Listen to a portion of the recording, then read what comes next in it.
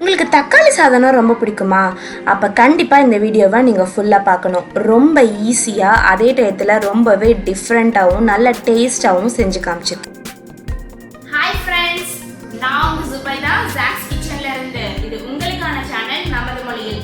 நம்மளுடைய sambar rice recipe உங்கள் எல்லாத்துக்குமே ரொம்ப பிடிச்சிருந்துச்சு. அதே மாதிரி இன்னொன்று சிம்பிளான ஒரு வெரைட்டி ரைஸ் தான் இன்னைக்கு கொண்டு வந்திருக்கேன். என்னன்னு கெஸ் பண்ணுங்க பார்க்கலாம். கரெக்டுங்க, அதே தான் டொமேட்டோ ரைஸ் இன்னைக்கு.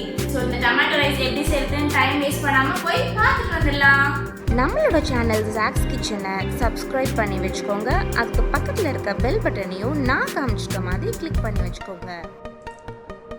இதுக்கு நம்மளுக்கு தேவையான பொருட்கள் என்னென்னு பார்த்துட்டிங்கன்னா, ஒரு வெங்காயம் மீடியம் சைஸ், அப்புறம் அரை எலும்புச்சம்பழம், 10லேருந்து 12 கருவேப்பிலை எடுத்து வச்சுக்கோங்க. வெங்காயத்தை நல்லா இந்த மாதிரி பொடுசாக சாப் பண்ணி எடுத்து வச்சுக்கலாம். அடுத்து நம்மளுக்கு தேவையான பொருட்கள் என்னென்னு பார்த்தீங்கன்னா, 6லேருந்து 7 நாட்டு தக்காளி நல்லா பழுத்ததை பார்த்து இந்த மாதிரி நீள் நிலமாக கட் பண்ணி வச்சுக்கோங்க. அடுத்து நம்மளுக்கு தேவையான பொருட்கள் என்னென்னு பார்த்தீங்கன்னா, 1 ஸ்பூன் சோம்பு, 1 ஸ்பூன் சீரகம், கடுகு, உளுந்தம்பருப்பு சேர்த்து 1 ஸ்பூன் கடலைப்பருப்பு. இப்போ ஃபஸ்ட்டு நம்ம ஃப்ளேமை நல்லா மீடியமில் வச்சுக்கலாம். அடுத்து அதில் 4 ஸ்பூன் எண்ணெய் ஊற்றுறேன். மொத்தம் நம்மளுக்கு தேவை 6 ஸ்பூன் எண்ணெய், அதாவது 6 ஸ்பூன்ஸ் ஆஃப் ஆயில் நம்மளுக்கு தேவை. இப்போ முதல்ல நான் 4 ஸ்பூன் சேர்த்துட்டு ஆயில் நல்லா சூடானதுக்கப்புறம் அதில் நம்ம எடுத்து வச்சுருக்க கடுகு, உளுத்தம்பருப்பு ரெண்டையுமே சேர்த்துக்கலாம். உளுத்தம்பருப்பு இல்லை அப்படின்னா டோன்ட் வரி, நீங்கள் அதை ஸ்கிப் பண்ணிக்கலாம், எந்த ஒரு ப்ராப்ளமும் கிடையாது. ஆனால் சேர்த்து போட்டிங்கன்னா இன்னும் கொஞ்சம் நல்லாயிருக்கும்.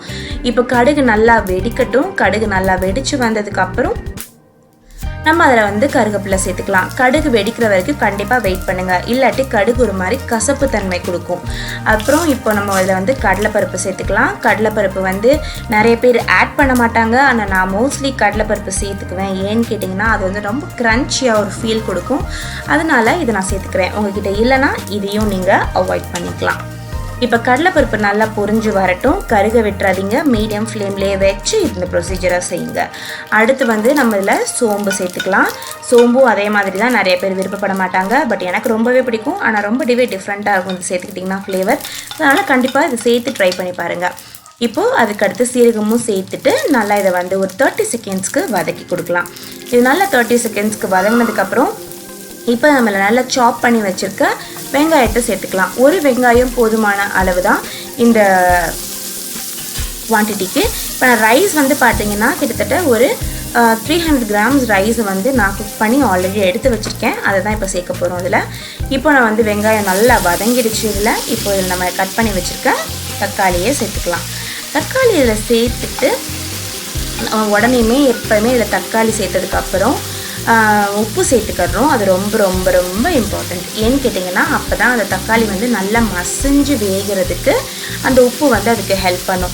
நான் ஏன் இந்த நாட்டு தக்காளி சேர்த்துக்கோங்கன்னு சொல்கிறேன்னா, பெங்களூர் தக்காளி சேர்க்கும் போது அந்தளவுக்கு உங்களுக்கு நல்ல அந்த டேங்கினஸ் கம்மியாக இருக்கும், புளிப்புத்தன்மை கம்மியாக இருக்கும் பெங்களூர் தக்காளியில். இது நாட்டு தக்காளியில் நல்ல புளிப்புத்தன்மை இருக்கும். அதுக்காக தான் நல்லா புளிப்பாக இருக்கும். இப்போ இதில் இந்த அளவுக்கு வதங்கினதுக்கப்புறம் இதில் நம்ம மஞ்சள் தூள், அப்புறம் ஒரு ஸ்பூன் மிளகாய்த்தூள், 1/2 ஸ்பூன் மஞ்சள் தூள், 1 ஸ்பூன் மிளகாய்த்தூள் சேர்த்துட்டு இதையும் நல்லா வதக்கி எடுத்துக்கலாம்.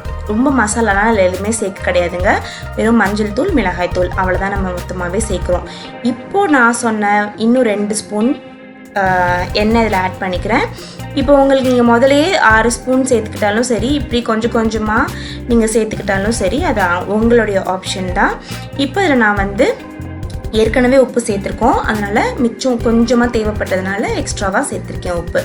அவ்வளோதாங்க. இப்போ நல்லா வதங்கி வந்துருச்சு, நல்லா மசிஞ்சிருச்சு. இப்போ நான் அதில் அரை எலும்புச்சம்பழத்துடைய சாறு சேர்த்துக்கிறேன். இதில் சேர்த்துட்டு ஏன் எலுமிச்சம்பழத்துடைய சாறு சேர்க்குறேன்னு நீங்கள் கேட்டிங்கன்னா, இது ரொம்பவே ஒரு நல்ல ஒரு புளிப்பாக அந்த ஒரு ஃப்ளேவர் கிடைக்கும். அதில் நீங்கள் வேணால் ட்ரை பண்ணி பாருங்கள்.